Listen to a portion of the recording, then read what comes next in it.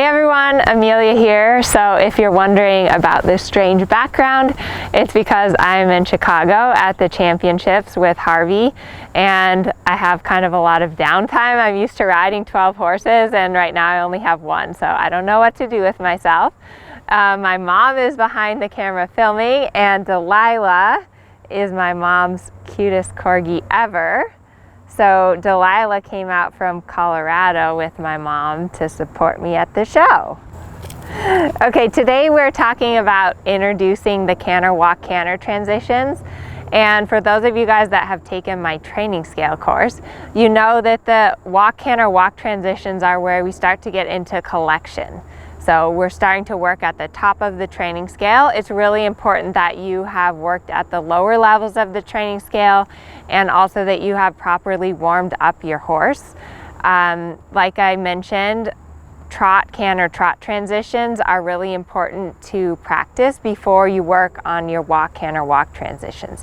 So make sure that you are really solid with your trot, canter, trot transitions in both directions before you start working on the walk, canter, walk transitions.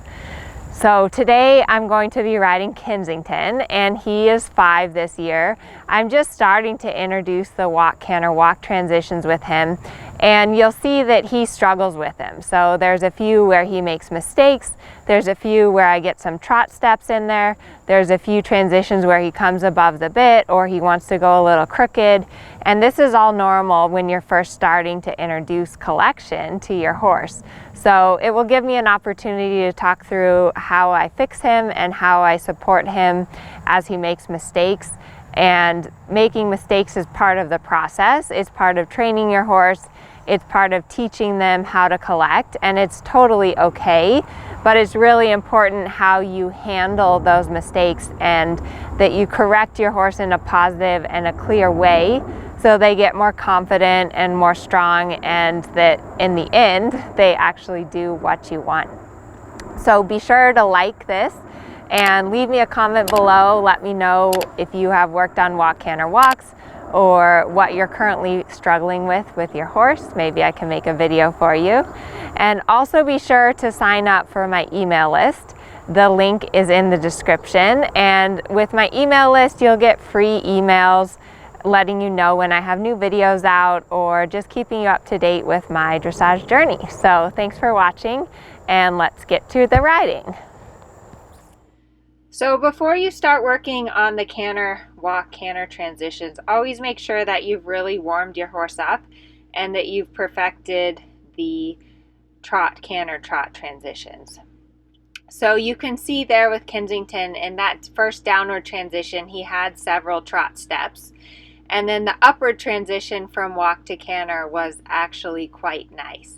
When I'm first teaching the canter, walk, canter transitions, it's okay to allow a couple of trot steps to start out with, because in that instance, Kensington really wasn't collected enough to do a direct transition from canter to walk.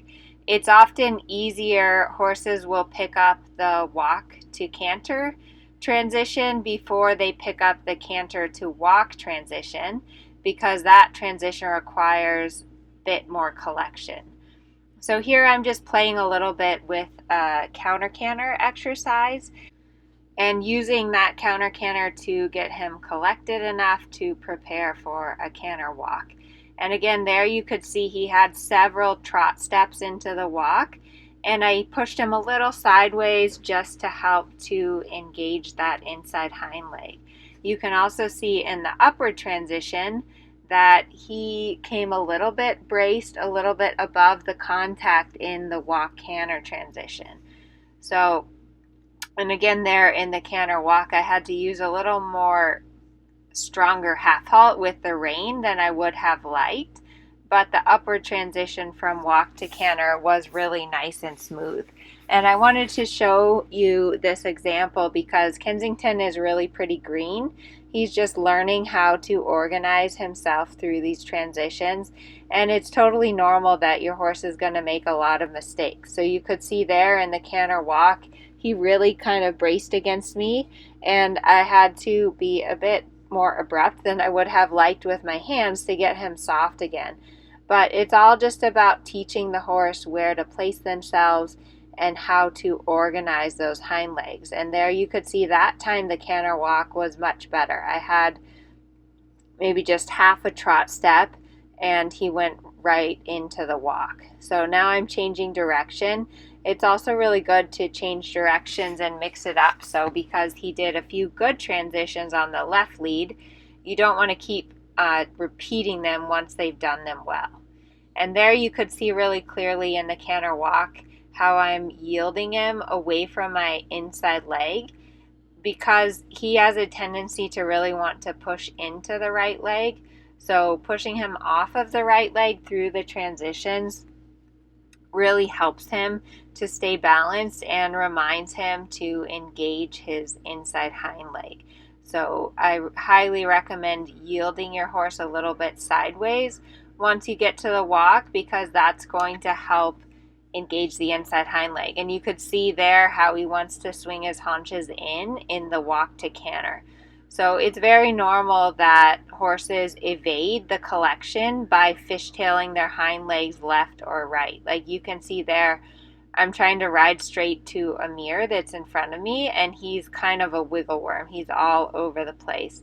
He's a very, very talented horse and has a lot of impulsion in his hind legs, but sometimes it's hard for him to organize the hind legs underneath of himself.